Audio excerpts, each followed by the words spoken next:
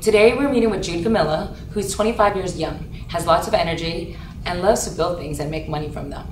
He's the co-founder of HeyZap, a B2B company that received $650,000 in seed funding.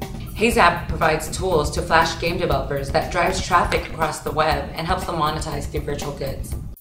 Can you tell me, really quick, in the sexiest way possible, what HeyZap is? Okay, so we are taking the best games from the web and connecting it to the best websites and allowing players to be more social on the web.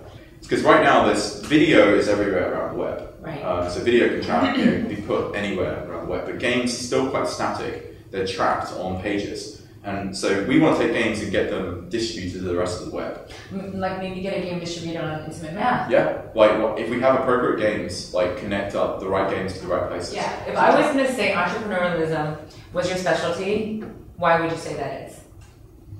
I suppose everything I do, it's 100% my focus. It's where my mind is. I'm thinking about that space all the time.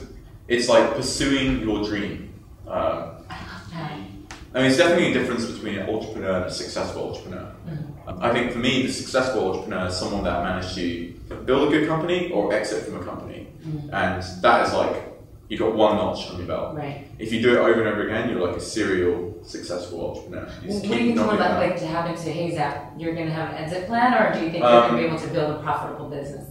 I think you need to plan for both. Okay. So whatever happens, you should always have an exit plan. Okay. So going into it thinking that you're going to be around for a billion years is insane. What do you think are the 3 top qualities an entrepreneur needs to be successful? Interesting. Okay, so number 1, persistence. Most important variable. Intelligence is actually quite low down on my list. I've met some really dumb people that make a shitload of money. If you do risky moves and mix that with persistence and intelligence, I think you've got a really good combination.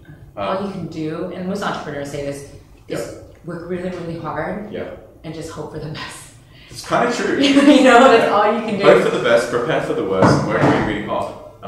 And make it easy. Make it easy for yourself. Pick a really good market and pick a really good team. Because if you pick a really good team in a really good market, you've got a fairly alright chance of doing something okay. And picking something you love? Yeah, well, some people need that, some people don't. Really? Yeah. Okay. I could pick up anything and be... Obviously, I'm more interested in other things, but everything is a base level of interest to me. Do you think there was any passion, a part of building the frame, a part of... Building the company?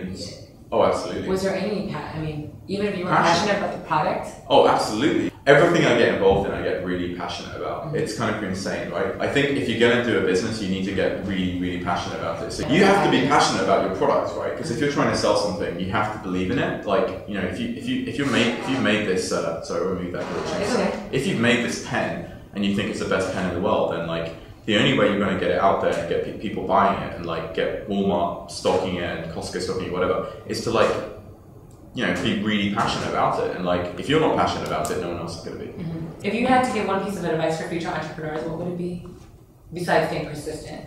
Get out there real quick. From day one, just go live. Forget the name, forget the brand name, forget the legal. Just do it. There seems to be 2 ways of doing this, right? You either build product to a certain level and minimum features set and launch and do a big launch with a pretty nice product. And I think if you're experienced, that's a pretty good way of doing it because you know that this is going to work. If you're playing around and you're not sure about the market, then best thing to do is to get it live, play around, see if users like it. Get out there real quick. People are afraid of judgment. Yeah, they're afraid of people saying it's rubbish and that's being the end of the game. It's not. Are you embarrassed about things? Do you get embarrassed? Not really. Unless not really. If I screw up, then it is embarrassing, but you have to take it lightly, I think. Okay. Especially when you... To be able to laugh at yourself and say, oh wow. Yeah, and just not care so much, because it doesn't really matter, right? Right. As long as you don't do it every single day. But if you embarrass yourself in front of lots of people, it's not the end of the world. If you fall over and embarrass yourself, it's make a joke into it, make a joke about it, and continue, and don't let it affect you. Right. Move forward. Right? Yeah, just move forward, make it funny, and actually get enjoyment out of it. I heard you keep your money in the freezer. The freezer, yeah, the money's still in the fridge. We've got a bit in the freezer. We had to defrost some last week.